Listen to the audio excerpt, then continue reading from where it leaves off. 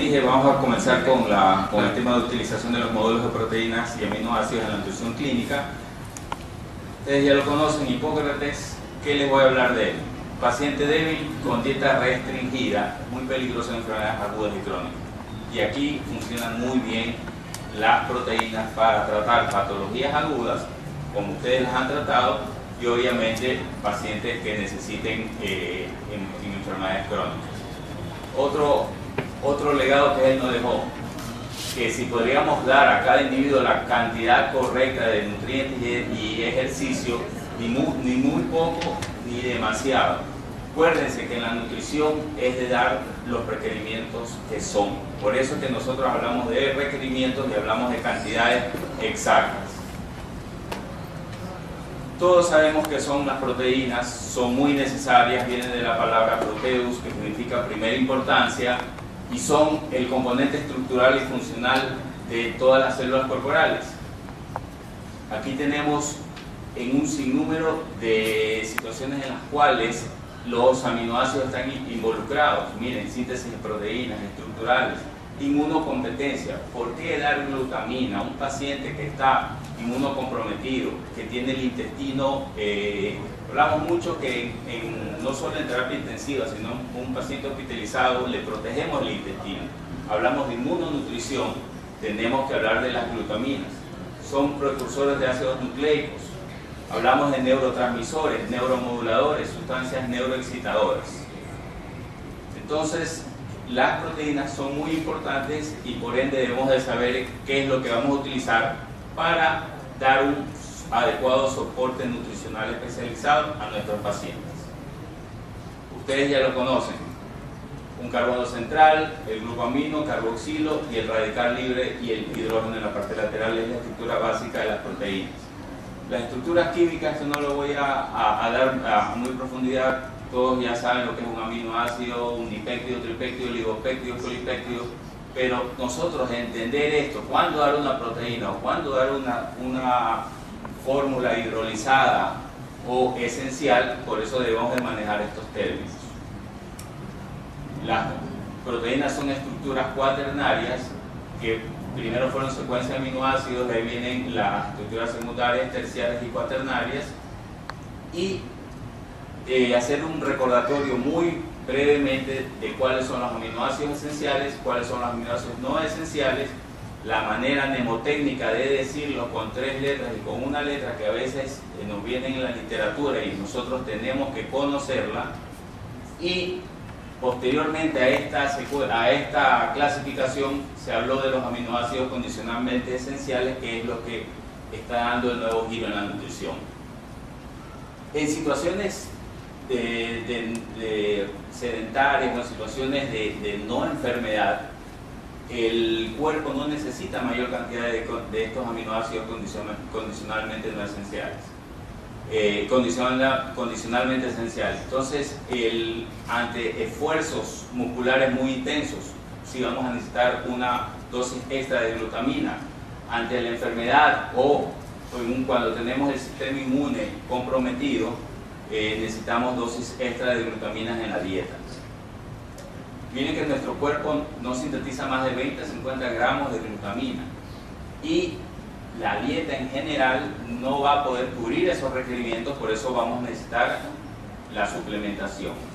Inclusive para deportistas se utiliza la arginina y la taurina. Y aquí es que salieron los aminoácidos condicionalmente esenciales que están disponibles en ciertas fórmulas para nuestro arsenal terapéutico nutricional. Y de nuevo tenemos toda la lista de los aminoácidos con todas las funciones que necesitamos. Si vemos algunos, por ejemplo la glutamina, fuente de nitrógeno, dona grupos aminos. La fenilalanina es muy importante porque es precursor de la tirosina y las hormonas tiroideas son las que regulan el metabolismo, ¿no? Y siempre hay que tener muy en cuenta las funciones específicas de los aminoácidos para poder dar un soporte nutricional. Siempre se habla de la nutrición que es en las células. Por más los nutrientes tienen que estar dentro de la célula, y una de las células que ustedes tienen que comprender más es el enterocito. Comprender cuáles son los procesos de digestión.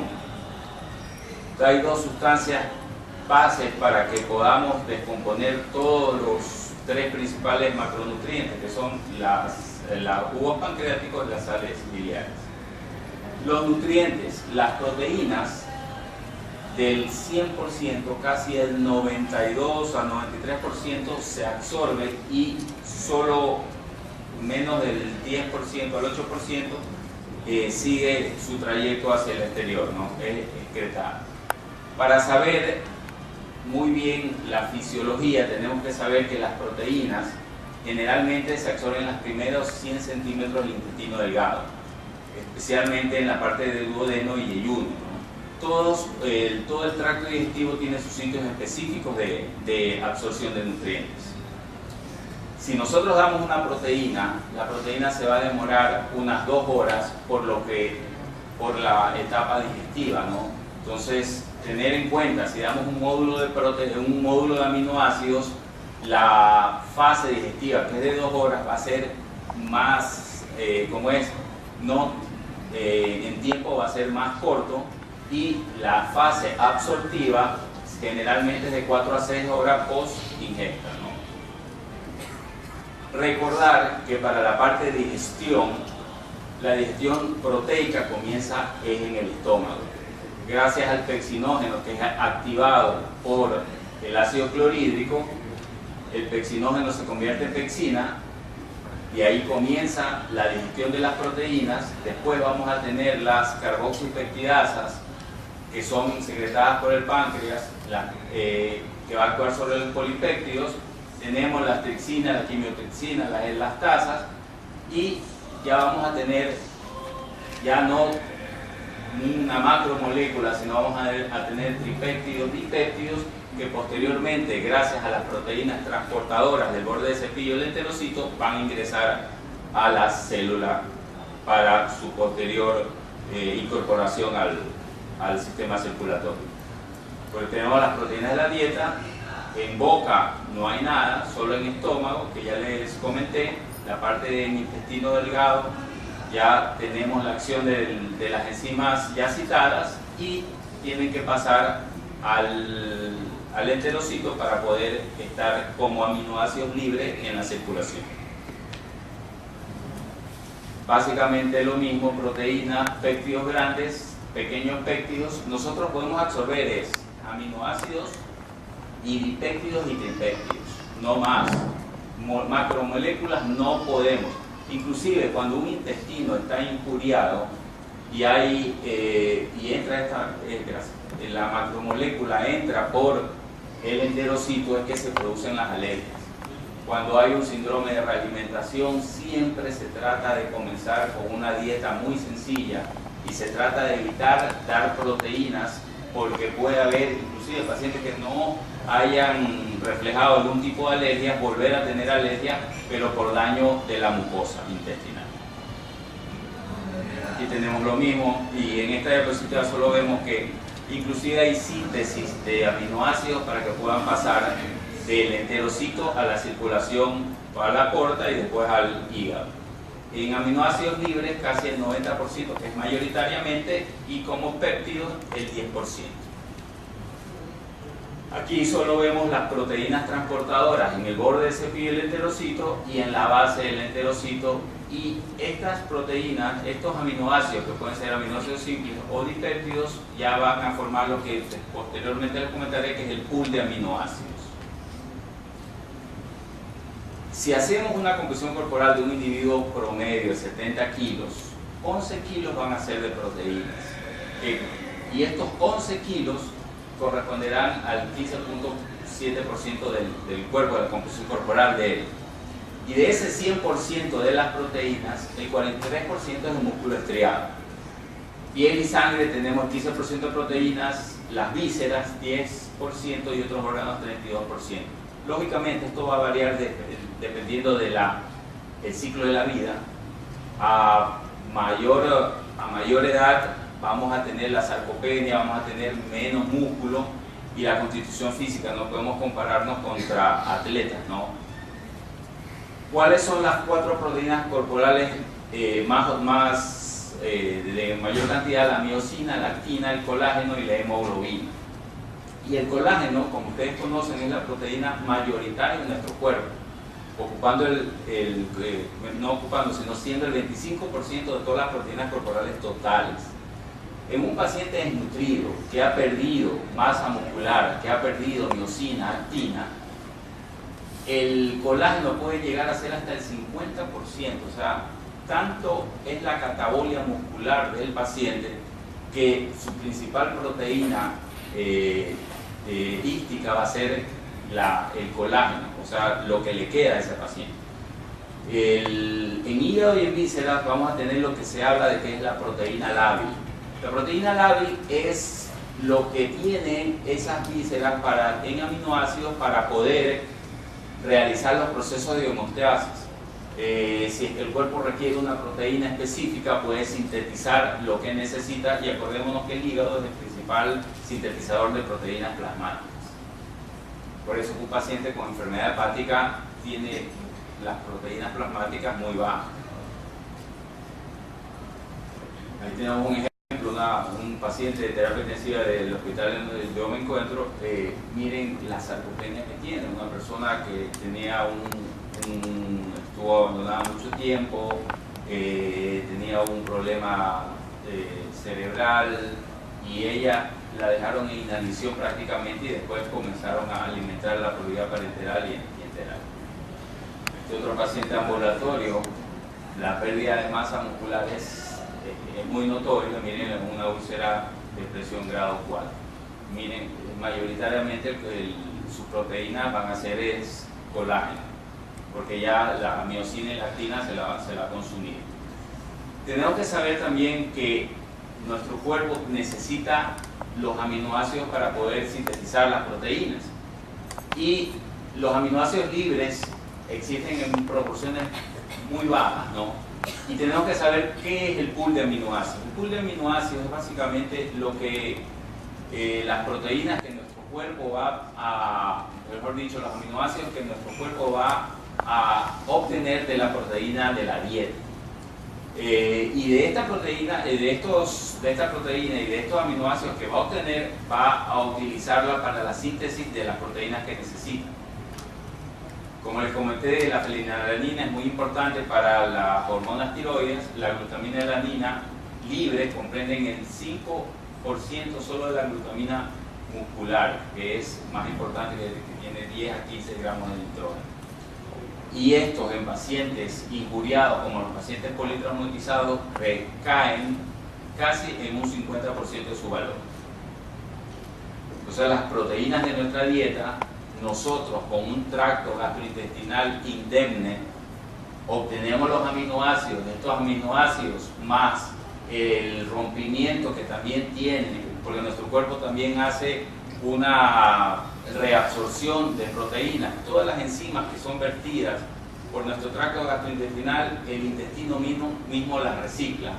Y de la dieta y del reciclamiento vamos a tener el pool de aminoácidos. Con este pool de aminoácidos inclusive son utilizados los aminoácidos para producción de energía, que básicamente tenemos otros macronutrientes para eso, ¿no?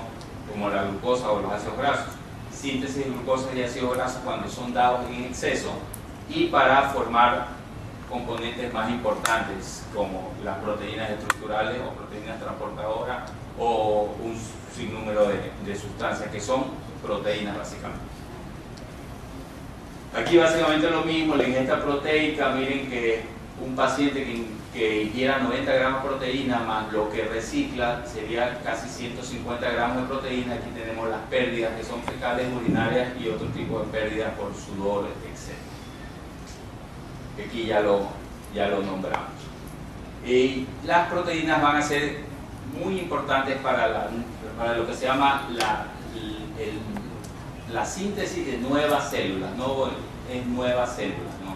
Entonces nosotros necesitamos dar al paciente sus requerimientos de proteínas, ya sea en salud o enfermedad, para que haya una síntesis adecuada.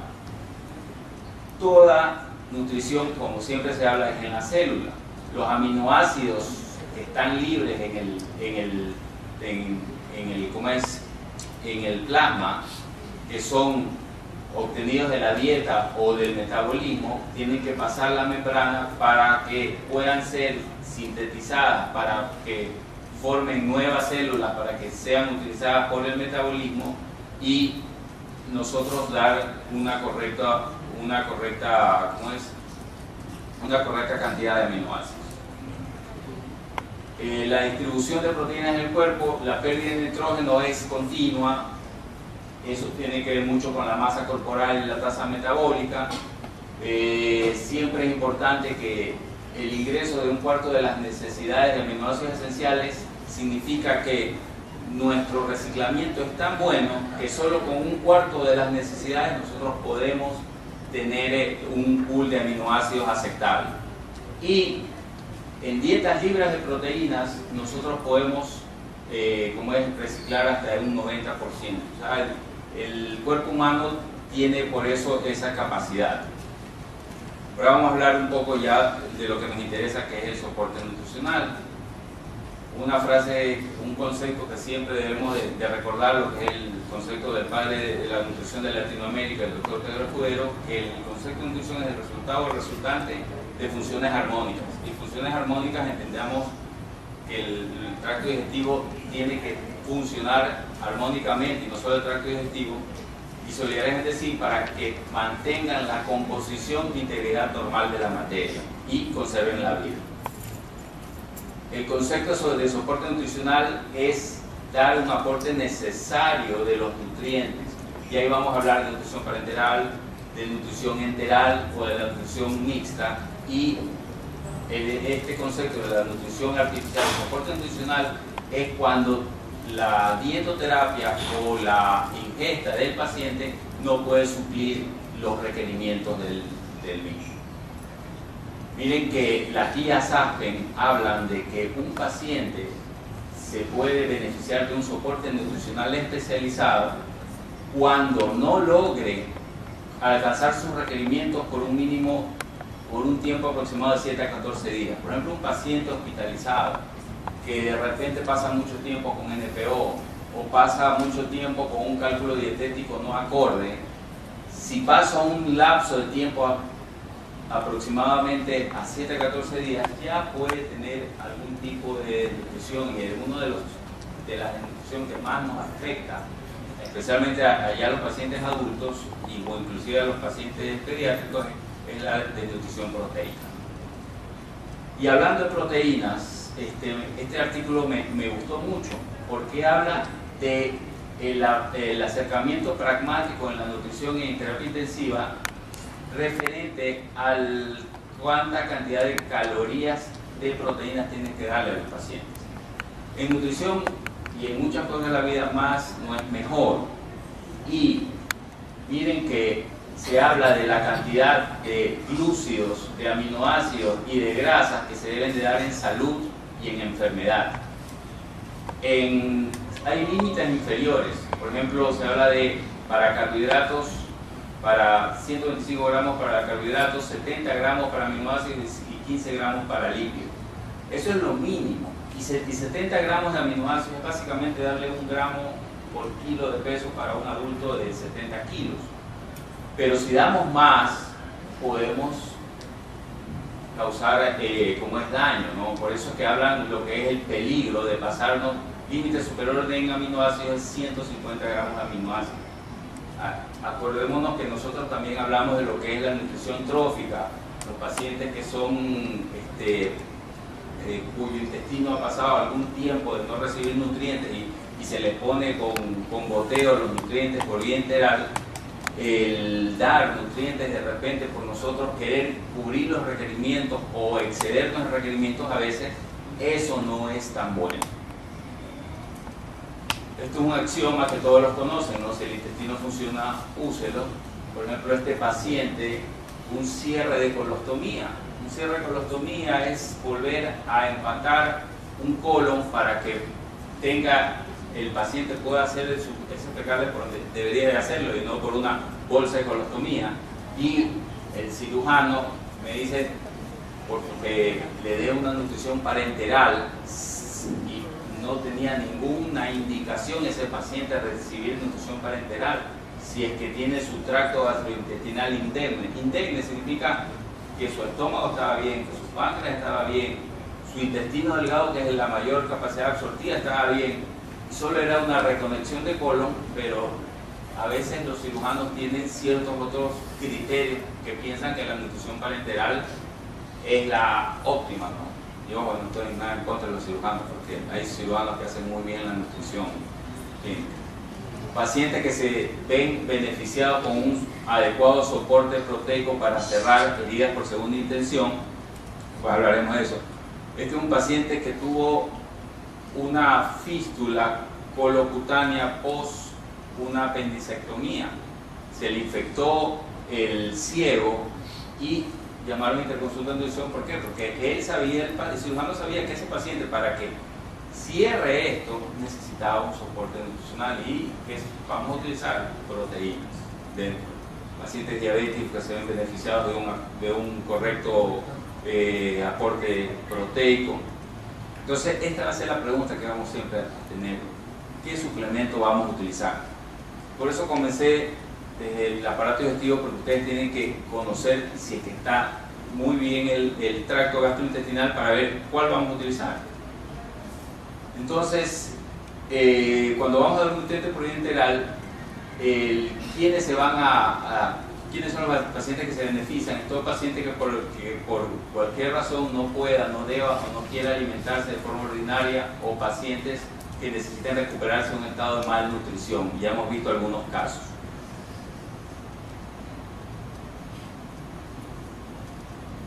Estos solo son las vías, ¿no? Eso no voy por cuestiones de tiempo no voy a alargarme en eso. Inclusive, ustedes dicen, bueno, ¿qué es lo que tenemos ahí? Vemos una cirugía, esta es una yeyunostomía, esta es una colostomía. Entonces, todos debemos manejar bien los criterios de cuál es una vía por la cual nosotros vamos a alimentar. Ya cada vez tenemos menos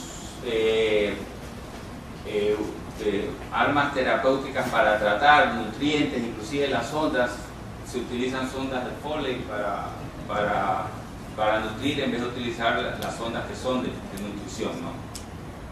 Y hablando un poco de las dietas las podemos hablar por dietas completas, que son homogeneizadas, intactas, libres de lactosa, los suplementos y los módulos, ¿no? Los módulos, aquí tenemos los diferentes módulos y vamos a hablar específicamente de los módulos de proteína. ¿Cómo se clasifican? Proteínas, las que se llaman las fórmulas poliméricas son las que son las proteínas completas, que ahí tenemos toda la estructura cuaternaria de la proteína. Las que son parcialmente hidrolizadas son las oligoméricas en el tracto gastrointestinal, y en situaciones especiales vamos a necesitar fórmulas elementales, ¿no? Cada vez vemos menos fórmulas de este tipo en nuestro país. Ya espero que pronto ya tengamos lo de la línea Metrito, que algo les hablaré. El tipo de cantidad de aporte nitrogenado, eso depende del tipo de proteína, ¿no? Aquí hay fórmulas que son poliméricas, aquí están los componentes, la caseína, la lactoalbúmina, albúmina de huevo, proteínas de soya, que tenemos aquí. Las fórmulas oligoméricas y elementales ya se utilizan para patologías específicas, ¿no? Por ejemplo, diarreas persistentes. ¿Por qué no le vas a dar una proteína completa? Porque ese paciente tiene un tránsito intestinal tan acelerado que no va a poder realizar los procesos de digestión. Entonces vamos a tener que utilizar fórmulas predigeridas para que ya, aunque sea, absorba algo. Pacientes con pancreatitis o pacientes con síndrome de intestino corto. En la cantidad de aportes nitrogenados tenemos dietas normoproteicas altas en nitrógeno, las dietas hiperproteicas, que deberían de tener un aporte mayoritariamente de proteínas arriba del 20%, y las dietas especiales que no entran en estas categorías. Y hablar de los módulos proteicos, podemos tener aminoácidos esenciales, que vamos a ver algunos ejemplos, aminoácidos ramificados, oligopéptidos, que entran en estos que son de los módulos de proteínas, y especialmente en pacientes cuyos requerimientos estén aumentados. Por ejemplo, vemos que el Prosoy tiene un 85% de proteínas, y obviamente si ustedes lo comparan contra un polvo de nutrición completa, el aporte de proteína de los polvos de nutrición completa o de dietas o fórmulas completas es menor, ¿no? Por eso esto lo agregamos para cubrir ciertos requerimientos. Aquí tenemos lo que es el Prosoy, y por ejemplo, va muy bien con enfermedad cardíaca porque lógicamente es una proteína de soya, ¿no? Que no baja en grasa. El colágeno, por ejemplo, en terapia intensiva, el problema de los pacientes con algún trastorno en el tracto gastrointestinal, los pacientes con pancreatitis, es que no hay fórmulas hidrolizadas. A mí me tocó conversar mucho con un residente de terapia intensiva del Hospital León Becerra. Yo le dije, bueno, si no tienes que utilizar, una vez un paciente con pancreatitis le dimos colágeno hidrolizado. Me van a decir, ¿y por qué le das colágeno hidrolizado? Ese paciente, siempre lo que nosotros tenemos que cubrir con un paciente es los requerimientos de energía. Eso es básico. Si es que no cubrimos requerimientos de energía, ya estamos en situaciones desfavorables. Pero aparte de cubrir, si es que podemos cubrir requerimientos de energía, tenemos que cubrir los requerimientos de proteína. Así sea el colágeno no considerado una proteína de alto valor biológico, lo que estamos dándole a ese paciente es dándole un nutriente enteral, utilizando el intestino y dando una fórmula hidrolizada que actualmente casi no hay fórmulas hidrolizadas. Entonces, utilizar para lo que se necesita, obviamente esto está utilizado, lo utilizan para otras situaciones nutricionales. Bueno, hay nuevos enfoques en la terapia nutricional, como es la inmunonutrición, la farmaconutrición y nutrición sistema específico, que eso no hablaré. Esto ustedes ya lo conocen. Nosotros tenemos que saber específicamente qué cantidad de proteína le vamos a dar y en qué situación específica se lo vamos a dar. Inclusive a veces me pongo a conversar y hay mucha divergencia en qué cantidad de proteína darle. A veces me hacen la fórmula por la molécula calórica o me hacen, yo les digo, más fácil utilizar gramos por kilogramo. Para mí se me hace más fácil y es la manera en que creo que deberíamos de hacer los cálculos de proteína y según, lógicamente, el grado de estrés, ¿no? Ya les voy a hablar de estos módulos de aminoácidos cuando les presente el caso del paciente con úlcera de presión grado 4, que tuve la suerte de utilizar estos productos porque la línea Metritium vinieron a conversar aquí con este laboratorio y ellos dejaron unas muestras médicas y me dijeron que las podía utilizar y las utilicé en el Hospital León Becerra y les voy a comentar con qué experiencia, ¿no? En cuanto a la inmunonutrición, tenemos la arginina. Este módulo lo utilicé. Miren la ventaja de la arginina. Favorece la recuperación de la inmunidad celular que está comprometida y en este paciente con úlcera de decúbito grado 4 mejoró, obviamente ayudó a que se repitelice de abajo hacia afuera, o sea, lo que se llama una herida un cierre de heridas en segunda intención, ayuda a disminuir las pérdidas de nitrógeno y vamos a ver en qué nos ayudó. Por ejemplo, utilicé también esta proteína que es una gelatina, que por una gelatina aproximadamente, no sé cuánto cc, pero es una así como se comen la gelatina esa, la de Tony, cualquiera de esas gelatinitas, tienen 20 gramos de proteína. Por ejemplo, para pacientes de cirugía bariátrica que tienen su capacidad gástrica reducida a casi 200 cc, va muy bien. Entonces, y es colágeno, ¿no? Entonces, por eso les digo, ¿por qué no utilizar otro tipo de colágeno? Esto es excelente. Por ejemplo, ustedes tienen un paciente que necesite mayor aporte proteico en quemado, en politraumatizado, o en pacientes que no quieran ingerir mucho, o en poco volumen, ustedes le dan unas 20 gramos de proteína. Ahí tiene el glutamento. Esto lo voy a dejar ya para el último. Por ejemplo, esto es lo que habló Fernando. ya hay fibra, ¿no? Uno de los problemas de nuestros pacientes en el hospital es que se van a estreñir. Y un paciente, ¿cómo le vas a dar, especialmente un paciente que esté utilizando nutrición enteral, que se esté alimentando por gastrostomía y yeyunostomía? ¿Cómo le vas a ayudar a que mueva el intestino, ¿no? Entonces, darle fibra líquida con una sonda con una jeringuilla de bullón ayuda muchísimo, ¿no? Inclusive para pacientes con colon irritable, estreñidos, ¿no? Y miren que básicamente nosotros, al dar una fórmula enteral, lo que estamos dando es alimentos. Siempre yo, como todos los nutricionistas, debemos irnos a lo natural y no a lo artificial, pero nosotros tenemos que utilizar esto cuando no podemos comer. Bueno, las ventajas ustedes las conocen, no les voy a cansar explicándoles todas las ventajas de la nutrición enteral, resumiéndolas: es más barata, es más fisiológica, ayuda a que el colon no haya lo que es la translocación bacteriana, va a menos complicaciones.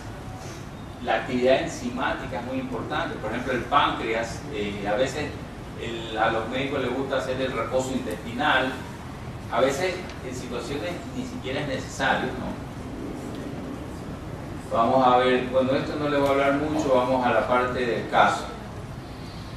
Por ejemplo, aquí, siempre es importante, esto todos ustedes lo conocen, lo que es la ruta crítica de la ayuda nutricional.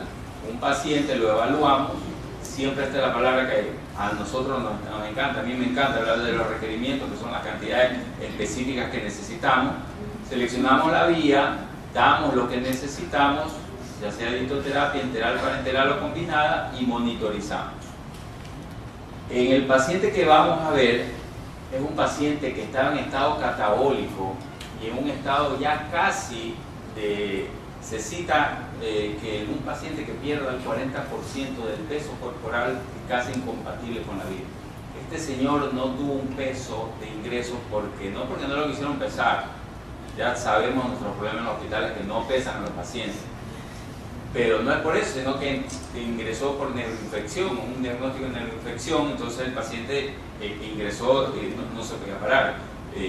Ingresamos con un peso referido. Pero un paciente en catabólico, generalmente los requerimientos de energía no se les dan, los requerimientos de proteínas no se completan, y ese paciente va a estar más en catabolia que en anabolia. Y una herida en estado de catabolia nunca va a cicatrizar porque no va a tener los vasos sanguíneos ni el colágeno, ni va a llenar ya sea un paciente quirúrgico o una úlcera de presión. Esto es un poquito lo que es la parte ya del cómo se regenera el tejido post, ya sea por los cuidados médicos, nutricionales. Y dentro de todo lo que ayuda a la cicatrización de la herida tenemos nutrientes, ¿no? Glutamina. Miren que para que haya un fibroblasto necesitamos glutamina, que es glutamino dependiente, el fibrocito necesita glucosa, y para que haya una cicatrización necesitamos el colágeno, y sin un aporte proteico no va a haber un colágeno para que cierre. Este es el caso que les voy a presentar. Este señor estuvo 7 meses en el hospital de Becerra. Ustedes miren, y ya van a ver la foto cómo él era. Miren cómo llegó a estar. Era un paciente casi perdió cercano al 40% de su peso. Miren, aquí tienen el acceso parenteral. Aquí tiene el acceso enteral, y 29 años de edad, ingresó con un diagnóstico meningoencefalitis. De ahí todas las complicaciones que ustedes se puedan imaginar les pasó, toditito le pasó. Y cuando se le hizo la interconsulta, miren cómo tenía un pliegue tricipital de 15 milímetros, pliegue femoral de 14 milímetros, el IMS, porque no tenía yo los datos específicos. Este valor yo no creo que no llegó a ser 22, porque lógicamente este paciente no tiene un IMC de 22. Entonces miren los requerimientos que necesitan y miren la cantidad de albúmina que tenía ese paciente, y yo lo vi así al paciente. Miren los lo que le habían dado y lo que se le comenzó a ayudar con una fórmula que es de conocimiento de la mayoría, el Ensure, porque no tenía una gastrostomía, se comenzó a utilizar arginina, proteína líquida, que te da por cada onza da 15 gramos de proteína, también se le dio Prosoy, y obviamente dieta licuada, ¿no? Porque no podemos utilizar siempre ¿cómo se llama? Los suplementos, tenemos que utilizar también lo que tiene el hospital. Y también el Gelatin. Miren la úlcera como estaba, ya está en estadio 3, la úlcera de cúbito, estadio 3. Estos son los módulos, estos son el Argitain, este es la gelatina, y miren, ¿saben quién la alimentaba al paciente? La suegra. Yo no encuentro una suegra así, una suegra que te cuida así, o te cierra la vida la suegra. Pero miren que ya el paciente ha mejorado muchísimo. Ahí inclusive ahí está con ropa, ahí habían pasado ya como 4 meses. Sus niveles de albúmina de estar bajos después subieron. Y aquí está la herida cicatrizada. Miren, él antes de tener la meningoencefalitis. Miren cómo era. Miren la masa muscular. Miren cómo él quedó y él hoy cómo está. Obviamente con sus secuelas neurológicas, pero esas secuelas neurológicas no podemos hacer nada. Pero ese señor, díganme si ustedes lo ven o lo atienden, todos está, como dicen, o el paciente de terapia que se le para una mosca y se muere, ¿no? Bueno, no deben haber moscas en terapia, pero es un dicho. Bueno, con la imagen de mis hijos, bien.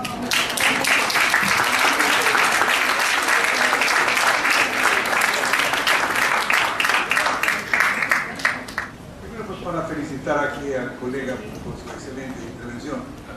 Pero una cosa que me llamó la atención en su caso, que presentó este paciente último, es que tenía una creatinina de 4. Esto es insuficiencia renal. Sí. ¿Y cómo está ahora respecto a su riñón? Él evolucionó muy bien. O sea,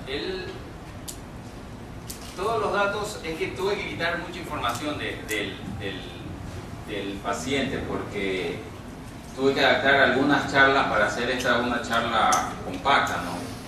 Pero el paciente, le digo, por eso le comenté, doctor, que todo lo que usted se pudo haber imaginado de ese paciente le pasó lo peor.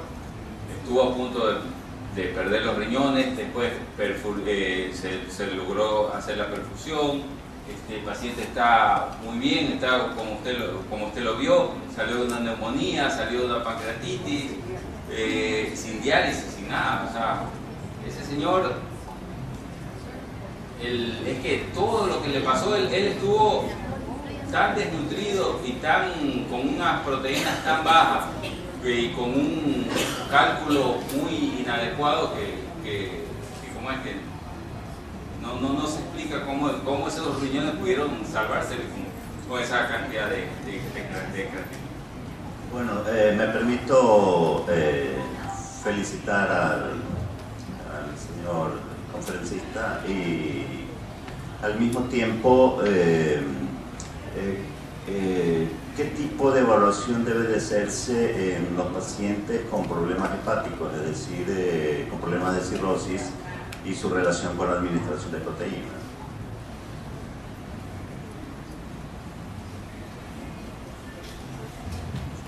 Los pacientes con problemas hepáticos generalmente el principal problema es que no saben qué comer. No saben qué comer y generalmente un paciente ya de repente cirrótico te viene ya muy comprometido, te viene con una citis marcada, te viene hematizado, con una albúmina muy baja, tiene miedo, inclusive ya complicaciones médicas que nosotros, inclusive si viene con varices esofágicas no va a saber qué deglutir porque por miedo a lesionar las varices y tener una hemorragia o también tener un accidente cerebrovascular, ¿no? O sea, es un problema, primero, en mi experiencia, lo que se ha dado, fórmulas, hay unas fórmulas hepáticas que tienen aminoácidos aromáticos para estos pacientes.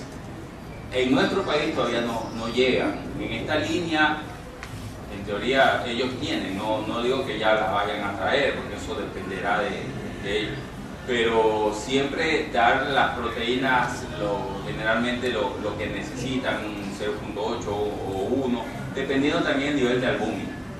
El nivel de albúmina es muy importante saber cuánto tiene, y más bien ya controlar los otros tipos de complicaciones. Si ya viene con ascitis, hay que ver la albúmina plasmática para ver si ahí necesita darle ayuda para que no siga secuestrando, saliendo fluido del vascular al intersticial y se sigue dermatizando ese paciente, ¿no? Corregir proteína dietaria, y si es que necesitaría proteína plasmática, ya la albúmina, eso ya es de uso médico. El médico determine para ver si no sigue secuestrando más, porque se va a seguir hinchando el paciente, ¿no? Muchas gracias, doctora Álvarez. Referente a la pregunta anterior, sí quisiera comentar en el Journal de Gastroenterología, actualmente al año 2015, hay un comentario sobre la importancia de la utilización de aminoácidos de cadena ramificada. O sea, puntualmente leucina, isoleucina y valina brindan un gran contingente en los pacientes cirróticos en su recuperación, e inclusive hay pues ciertos casos muy puntuales en los que se podría prevenir la evolución hacia un cáncer hepático. Entonces yo, desde ese punto de vista, yo creo que no hay que temerle a la dosificación de gramos de proteína por kilo de peso, porque la tendencia actual es dietas en pacientes ya en cuidados críticos, hiperproteicas hipocalóricas, en la cual se calcula entre 1.5 a 2 gramos de proteína por kilo día, de acuerdo a lo que opina la ASPEN, la ESPEN y la Sociedad Canadiense.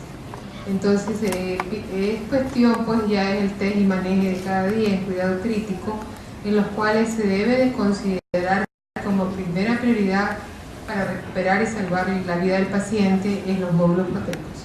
Gracias.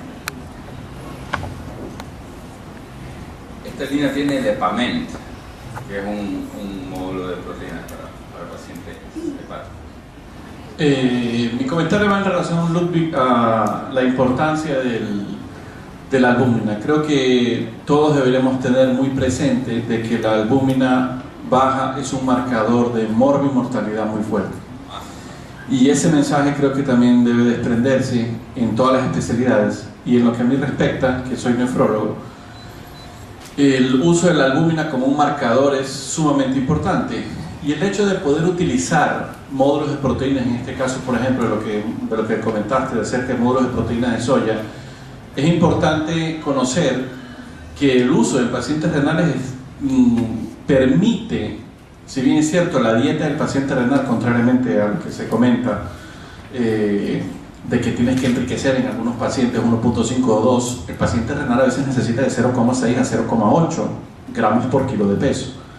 Pero ahí es cuando viene el arte de la parte nutricional, que es la que manejan ustedes, y sí transmitir que estos 0,6 o 0,8 de proteínas de alto valor biológico perfectamente pueden ser suplementadas con módulos de proteínas específicos de soya, porque eso disminuye la carga renal y además sube la albúmina al fin y al cabo.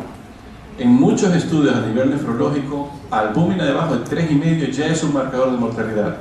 Lo óptimo es estar encima de 4, pero creo que en el aspecto en general, en todas las especialidades, es un muy importante marcador que no se debe tener de lado, hay que tenerlo muy presente.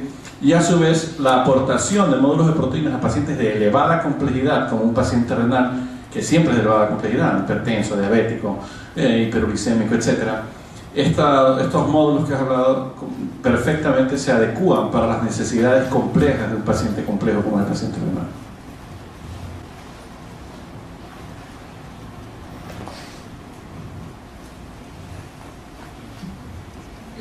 Sí, excelente tu comentario.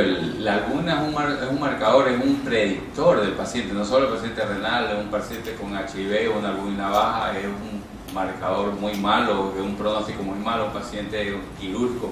La albúmina debe ser siempre utilizada como un cribado nutricional, ¿no? O sea, dejar un registro del nivel de albúmina, ya sea un paciente hospitalizado o un paciente ambulatorio, que tú le hagas un seguimiento nutricional.